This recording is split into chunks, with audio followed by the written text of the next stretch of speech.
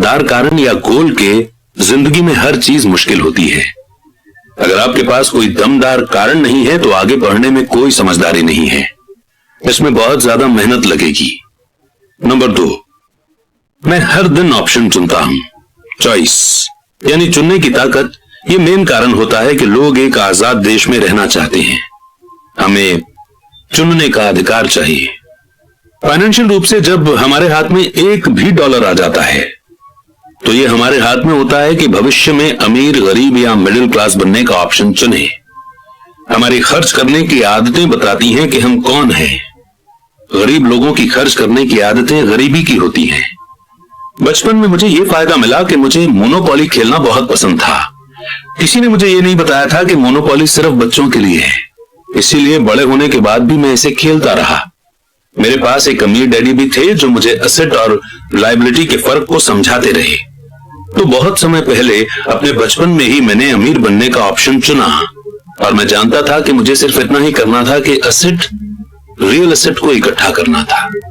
मेरे सबसे अच्छे दोस्त माइक को एसेट वाला कॉलम विरासत में मिला था और उसे इसे बनाए रखना सीखना था। कई अमीर परिवार अपनी प्रॉपर्टी को अगली पीढ़ी में सिर्फ इसलिए खो देते हैं क्योंकि उनकी देखरेख के लिए किसी को ट्रेनिंग नहीं दी जाती। ज्यादातर लोग अमीर न बनने का ऑप्शन चुनते हैं। 90% लोगों के लिए अमीर बनना बहुत झंझट का काम है, तो वे इस तरह की कहावतें इजाद कर लेते हैं। पैसे में मेरी कोई रुचि नहीं है, या मैं कभी अमीर नहीं बनूंगा, या फिर मुझे चिंता करने की कोई जरूरत नहीं है, अभी तो मैं जवान हूं, या मेरे पति या मेरी पत्नी फाइनेंशियल पहलू को संभालते या संभालती हैं। इन बातों के साथ प्रॉब्लम यह है कि ये बोलने वाले से दो चीजें लूट लेते हैं। एक तो है समय, जो आपका सबसे कीमती एसेट है, और दूसरा एजुकेशन। सिर्फ इसलिए क्योंकि आपके पास पैसा नहीं है, आप ये बहाना नहीं बना सकते कि आप इस कारण नहीं सीख पाए। पर ये ऑप्शन हम हर रोज चुनते हैं।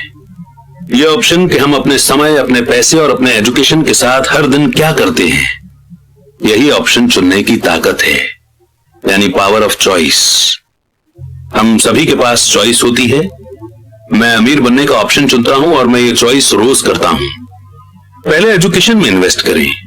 असल में आपके पास जो इकलौती असल एसेट है वो है आपका दिमाग, जो आपका सबसे पावरफुल टूल है।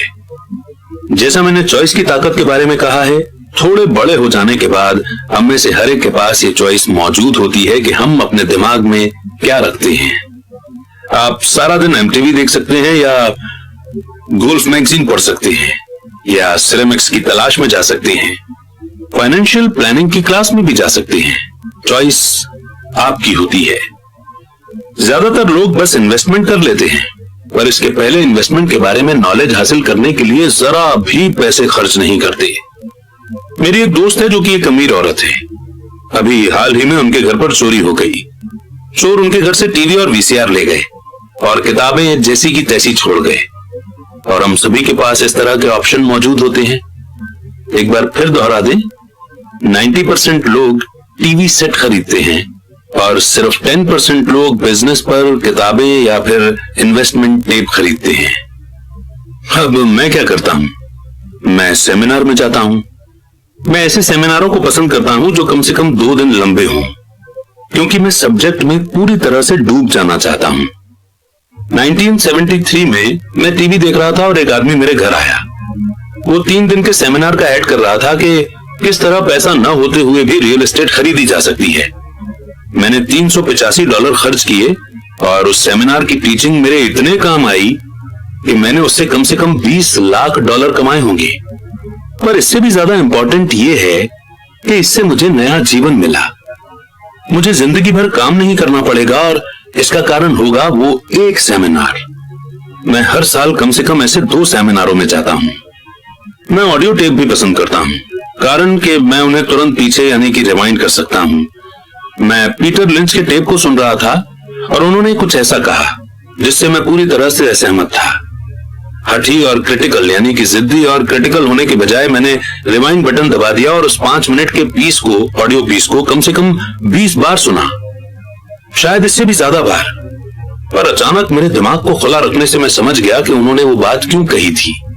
ये जादू की तरह था। मुझे ऐसा लगा कि मैंने हमारे समय के सबसे बड़े इन्वेस्टर के दिमाग की एक खिड़की खोल ली थी।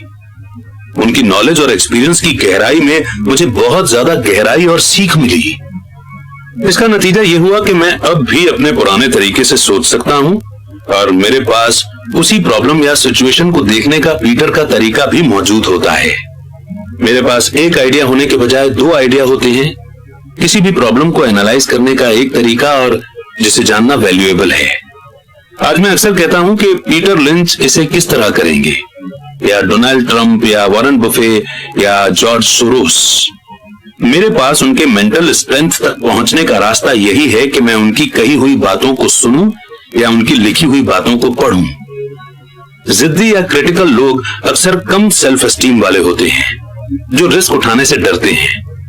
अगर आप कुछ नया सीखते हैं तो अपने सीखे हुए ज्ञान को पूरी तरह से समझने के लिए आपको कुछ गलतियां भी करनी पड़ती हैं।